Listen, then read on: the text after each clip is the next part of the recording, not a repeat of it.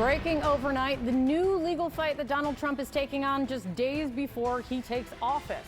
The president-elect is now trying to stop special counsel Jack Smith from publicly releasing his final report on his investigations into the president-elect and the two federal cases that were brought and dismissed. Why is Donald Trump fighting this now? His lawyers read a draft of that report and argue in a new court filing it contains, quote, baseless attacks, which they call an obvious effort to interfere with upcoming confirmation hearings. So this only adds to the mounting intrigue, of course, around this report and its potentially imminent release. Let's get over to Caitlin Polantz. She's got much more of this for us. Caitlin, walk us through this. What do we know about the report, and when can we see this? Yeah, Kate, we've seen reports like this before from special counsel's offices, but not a fight like this on whether it could be released from the Justice Department. So what we can gather from court filings so far is that in these two cases against Donald Trump, the Attorney General is going to be reviewing a 2-volume report, one very likely about the classified documents case that was before Judge Eileen Cannon in Florida, and then another volume about the January 6th case against Donald Trump. What is happening in those volumes, we haven't seen them, but Trump's lawyers and others have been able to review them behind closed doors, is that they are the summations of these cases, the summations of the investigations. What the special counsel's office says is that they are not going to be handing their finalized report over to the Attorney General until at least 1 p.m. today. And if the public sees it, it won't be out until at least the morning of Friday. But ultimately, it's up to the Attorney General. And the Attorney General hasn't decided yet if that report is going to be public. Now, Trump's lawyers did write to the Attorney General on January 6th, yesterday, saying that he's got to get rid of Smith and not release this report. He said that part of this is about presidential immunity, that Donald Trump should face no criminal process, including disclosures about a prosecution around him while he is the president-elect. We'll see if that argument holds in court with Judge Cannon, too, which is where Trump's lawyers are now arguing to her, stop this, don't let them release it to the public. Let's add another layer to this, Caitlin, because there are two men associated with Donald Trump also named in this, also with, let's say, a very vested interest in it. What do we know? Yeah, Kate, that's where this is complicated a little bit more than in other special counsel's cases, because you have these two cases, criminal cases in federal court against Donald Trump that are dismissed, but there's an ongoing case, part of that classified documents case, the obstruction portion of it, against his two co-defendants in Florida, Walt Nauta and Carlos de Oliveira, two men who worked for Trump personally. And so because there are appeals over their case, and they could continue to face those court proceedings, even the prosecution, the lawyers for Trump and their lawyers are saying, you can't make statements about them publicly in a report. Here's a quote from the filing. The final report is meant to serve as a government verdict against the defendants.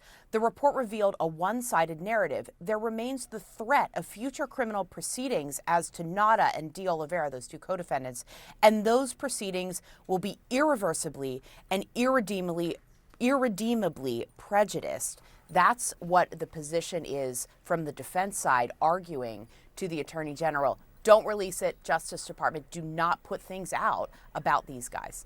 See what happens. Great to see you, Caitlin. Thank you so much for laying it all out for us. Really appreciate it. CNN senior legal analyst Elie Honig is with us now. Good morning, Counselor. Talk to us about exactly what this final report from a special counsel is, what role it plays in special counsel investigations, and whether we're actually going to see it in a few days.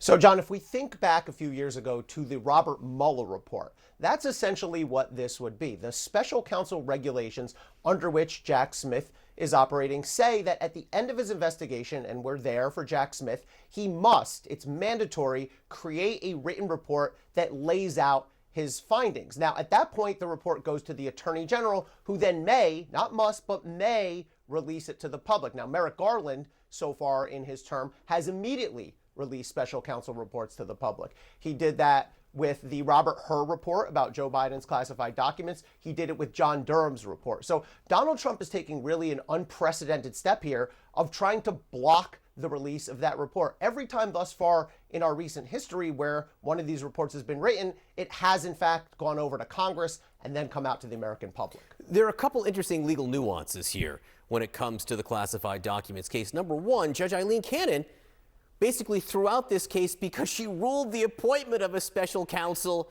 was unconstitutional on its face. So could that impact the existence of a report?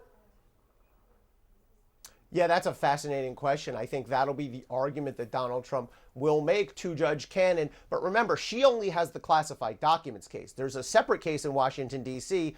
on the January 6th indictment. So that argument's not going to apply. But I do think he's going to argue, Donald Trump's team will argue, the entire institution of special counsel is unconstitutional, as Judge Cannon found, and therefore you cannot release this report. That will take us into unknown territory, because while there have been several challenges lodged against special counsel over the years in various cases, not just this one, they've all failed up until Judge Cannon. So that could be the hook that he's trying to use here.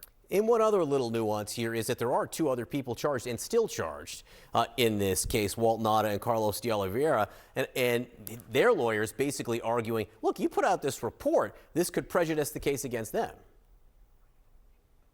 It's such an interesting wrinkle because they have a much stronger argument than Donald Trump does, because Donald Trump is out of this case. It's been dismissed against him. So the argument to him is you don't have any real stake in what comes out in this report. But Nauta and de Oliveira, those are the two Mar-a-Lago employees who were charged along with Trump in the classified documents case. They are still defendants, and they will say it wildly prejudices us and undermines our rights to have this long written tome come out that will talk about all the criminality we've engaged in. Now, on the flip side of that, I would bet you, John Berman, that by January 21st of this year, both Nauta and de Oliveira are recipients of pardons, but the report's got to come first, so we'll see. That's a very fair point. Look, one of Donald Trump's best friends over the last several years has been the clock, right? So how does the clock play here? If this report isn't released, if it's held up even days, could he somehow keep it from being released once he's president?